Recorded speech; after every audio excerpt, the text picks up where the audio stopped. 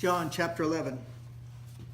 Now a certain man was sick, Lazarus of Bethany, the town of Mary and her sister Martha. It was that Mary who anointed the Lord with fragrant oil and wiped his feet with her hair, whose brother Lazarus was sick. Therefore the sisters sent to him, saying, Lord, behold, he whom you love is sick. When Jesus heard that, he said, This sickness is not unto death, but for the glory of God, that the Son of God may be glorified through it. Now Jesus loved Martha and her sister and Lazarus. So when he heard that he was sick, he stayed 2 more days in the place where he was. Then after this, he said to the disciples, Let us go to Judea again. The disciples said to him, Rabbi, lately the Jews sought to stone you, and are you going there again? Jesus answered, Are there not 12 hours in the day? If anyone walks in the day, he does not stumble, because he sees the light of the world. But if one walks in the night, he stumbles because the light is not in him. These things he said, and after that he said to them, Our friend Lazarus sleeps, but I go that I may wake him up. Then his disciples said, Lord, if he sleeps, he will get well.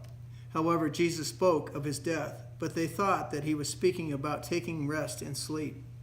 Then Jesus said to them plainly, Lazarus is dead, and I am glad for your sakes that I was not there, that you may believe.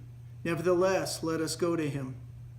Then Thomas, who is called the twin, said to his fellow disciples, Let us also go, that we may die with him. So when Jesus came, he found that he had been already in the tomb 4 days. Now Bethany was near Jerusalem, about 2 miles away. And many of the Jews had joined the women around Martha and Mary to comfort them concerning their brother.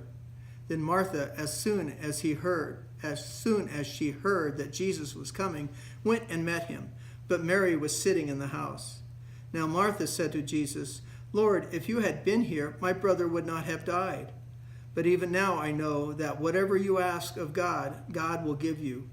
Jesus said to her, Your brother will rise again. Martha said to him, I know that he will rise again in the resurrection at the last day.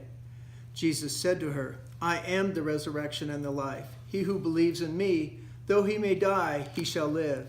And whoever lives and believes in me shall never die. Do you believe this? She said to him, Yes, Lord, I believe that you are the Christ, the Son of God, who is coming into the world. And when she had said these things, she went her way and secretly called Mary to her sister, saying, The teacher has come and is calling for you. As soon as she heard that, she arose quickly and came to him. Now Jesus had not come into town, but was in the place where Martha met him. Then the Jews who were with her in the house and comforting her, when they saw that Mary rose up quickly and went out, followed her, saying, She is going to the tomb to weep there. Then when Mary came from where Jesus was and said to him, and saw him, she fell down at his feet, saying to him, Lord, if you had been here, my brother would not have died. Therefore, when Jesus saw her weeping, and the Jews who came with her weeping, he groaned in the spirit and was troubled. And he said, Where have you laid him? And they said to him, Lord, come and see. Jesus wept. Then the Jews said, See how he loved him? And some of them said, Could not this man who opened the eyes of the blind also have kept this man from dying? Then Jesus, again groaning in himself, came to the tomb. It was a cave, and a stone lay against it. Jesus said, Take away the stone. Martha, the sister of whom was dead, said to him, Lord, by this time there is a stench, for he has been dead 4 days. Jesus said to her, Did I not say to you that if you would believe, you would see the glory of God? Then they took away the stone from the place where the dead man was lying.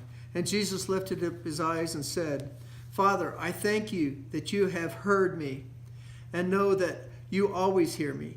But because of these people who are standing by, I said this, that they may believe that you sent me. Now when he had said these things, he cried out with a loud voice, Lazarus, come forth.